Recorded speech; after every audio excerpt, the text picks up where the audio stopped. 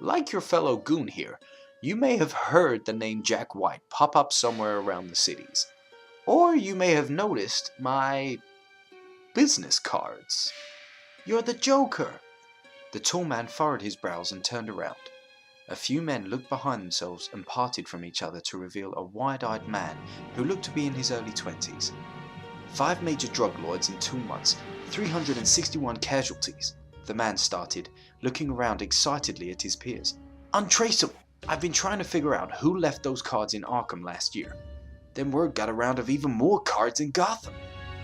The Joker crossed his hands behind his back and stared at the excited man.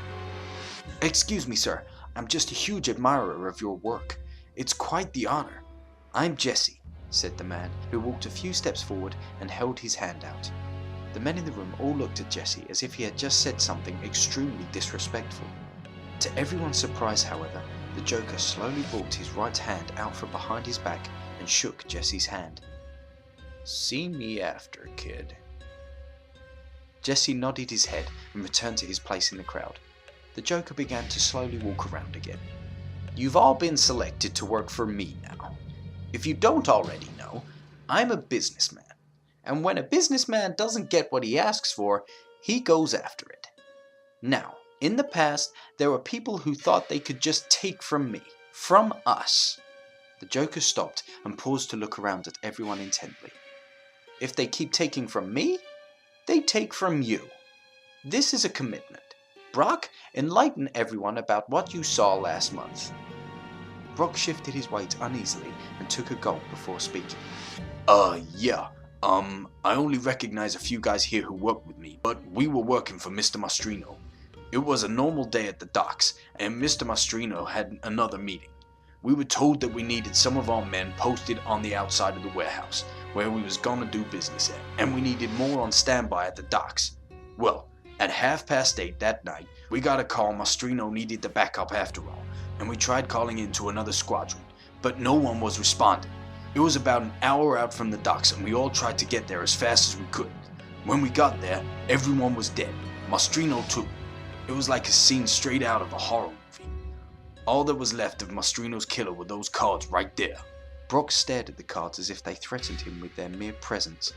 The Joker wasn't smiling this time, and he too looked down at the cards beneath him. Believe it or not, the Joker began, he had a choice. He just decided that he wanted to take from me and not give me what I was promised in return. I'm a man of my word, boys. Since you all come from different employers, tell me, what did they give you in return for your commitment to them? He looked up curiously at all the men around him. The men looked at each other, and a moment of silence passed before someone spoke up. About 14 an hour, Jesse said, looking solemnly at the floor. Try 13, said another voice on the opposite side of Jesse. Yeah, 14 for me. 13 for us. About 16 on a good day. A few more men around the room spoke up before the Joker raised his hand in the air for them to stop. As I said before, I'm a man of my word. They take from me, they take from all of us. Some of the guys nodded their head in agreement. The Joker looked around at everyone and continued. You goons make a commitment to me, I make one to you as your boss. He opened up his arms wide. $2,000 a week. Each. The room fell completely silent. Jesse caught himself with his mouth open and quickly put his hand over it while looking around at his peers in shock. When I succeed, you succeed. If they cross me, they cross you. If they insult me, they insult you. When I get to the top, do you want to be up there with me? Yeah, replied a few of the men.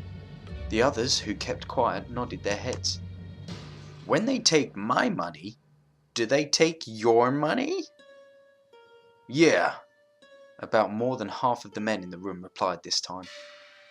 The Joker's eyes flickered with passion as he eyed each and every one of the men in the room. When they think they're superior to me, they think their men with their little toy guns are better than you. But little do they know, I'll supply you with the best of the best. These cities are ours for the taking. Is that what you want? Yeah! All of the men nearly shouted this time. Jesse was fidgeting in place with excitement. Even Brock and Jace were motivated for their new jobs.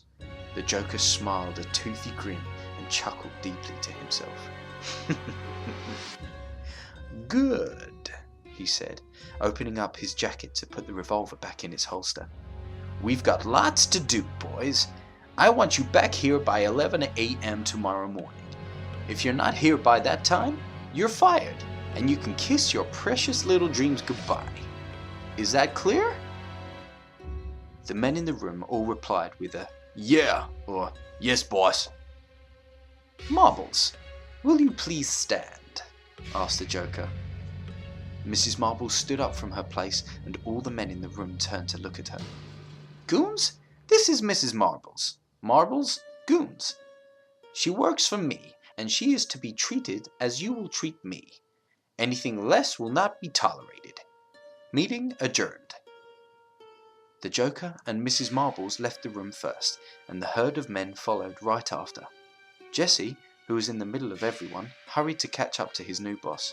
Sir, boss!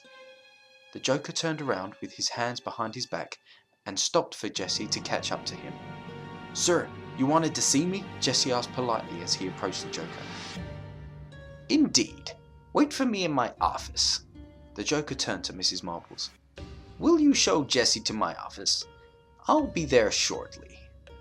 Mrs. Marbles nodded her head and opened the double doors that led to the oak staircase. Jesse stared in amazement and looked back at the Joker. Thank you, sir. Really?